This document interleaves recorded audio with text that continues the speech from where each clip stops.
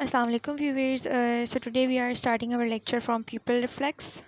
अच्छा, हमारी आइज़ के अंदर एक टाइनी ओपनिंग होती है, ठीक है, जिसको हम प्यूपिल कहते हैं।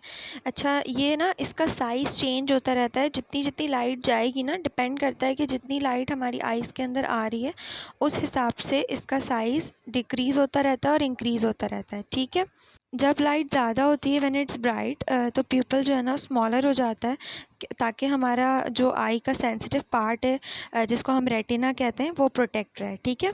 और जब भी डिम लाइट हमारी आँखों पे पड़ती है तो प्यूपिल जो है वो थोड़ा बड़ा हो जाता है ताकि ज़्यादा से ज़्यादा लाइट आ सके और हम आसानी से देख सकें, ठीक है, बेटर से बेटर देख सकें। अच्छा, अब आ जाओ अकोमोडेशन पे, ठीक है। बेसिकली ये एक नेचुरल प्रोसेस है जो हमारी हेल्प करता है कि हम चीज़ों को जो है ना क्लोज़ अप करके देख सकें, मतलब क्लियरली देख सकें, ठीक है। हमारी आइज़ के अंदर, आई कॉन्ट्रैक्ट के अंदर कुछ सिलेरी मसल्स होती हैं, ठीक है, जो हमारे लेंस को जो है ना हमारी आइज़ के अंदर थिकर करती हैं और ज़्यादा से ज़्यादा कर्व करती हैं, ठीक है। ये जो एडजस्टमेंट होती है ना, ये हमें फ़ोकस करने में हेल्प करती है, ठीक है, और इससे हम फ़ोकस अच्छी तरह कर सकते हैं और बेसिकली इसी प्रोसेस को अकोमोडेशन कहते हैं, ठीक है। अच्छा, लास्ट लाइन यही है कि विद एज, यानी कि बढ़ती हुई एज के साथ साथ साथ लेंस जो है वो अपनी इलास्टिसिटी लूज़ करता रहता है, जिसकी वजह से अकोमोडेशन का प्रोसेस जो है ना वो आहिस्ता आहिस्ता ख़त्म होता रहता है और जिससे जो है वो ज़्यादा से ज़्यादा क्लियरली हमें ऑब्जेक्ट्स नहीं दिखते, ठीक है। अच्छा, अब देख लेते हैं विटामिन ए का क्या रोल है हमारे विजन में। अच्छा, विटामिन ए को हम रेटिनल भी कहते हैं, ठीक है। ये हमारी आईसाइट के लिए बहुत एसेंशियल होता है, बहुत मेजर इसका फंक्शन है।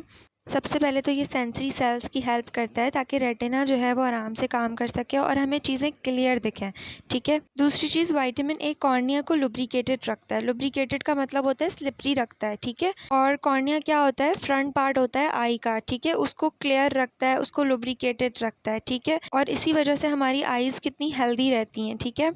अच्छा, दूसरी चीज़ ये है कि अगर किसी की बॉडी में विटामिन ए की कमी हो जाती है तो कॉर्नियल अल्सर्स और इवन ब्लाइंडनेस की भी प्रॉब्लम जो है वो हो सकती है। तो ये तो एसेंशियल सी बात है कि विटामिन ए जो है वो हमें अपनी डाइट में रखना ही रखना है, विजन के लिए भी और आई की हेल्थ के लिए भी। अच्छा, अब short sightedness and long sightedness को देख लेते हैं। अच्छा, बेसिकली शॉर्ट साइडनेस मियोपिया है और लॉन्ग साइडनेस हाइप्रोपिया है, ठीक है। अच्छा, मियोपिया इस टर्म को रेफ़र करते हैं जिसमें हमें दूर की चीज़ें देखने में, फ़ोकस करने में मुश्किल होती है, ठीक है। बाकी नियर जो करीब के ऑब्जेक्ट्स हैं, ठीक है, उनको हम आराम से फ़ोकस कर लेते हैं। On the other hand long sightedness जो है वो उनमें हमें करीब की चीज़ें फ़ोकस करने में मुश्किल होती है और दूर की चीज़ें हमें क्लियर दिखती हैं, ठीक है। अच्छा, ये चीज़ें जो है वो दोनों चीज़ें डायग्नोज़्ड हो जाती हैं और करेक्ट भी हो जाती हैं ग्लासेस से या फिर कॉन्टैक्ट लेंसेज़ से, ठीक है। अच्छा, अब इसको देख लेते हैं, कलर ब्लाइंडनेस। अच्छा, बेसिकली ये एक डेफिशिएंसी है विज़न की, ठीक है, जिसमें कुछ कलर्स जो हैं वो हमें नहीं जैसे blue, yellow, red and green, ठीक है। ये इसलिए होता है क्योंकि रेटिना के जो कोन्स होती हैं उनमें डिफेक्ट होता है, ठीक है।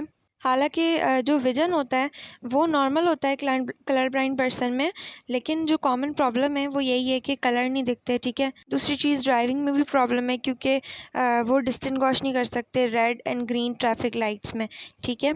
Thanks for watching and stay connected for your higher grade in studies.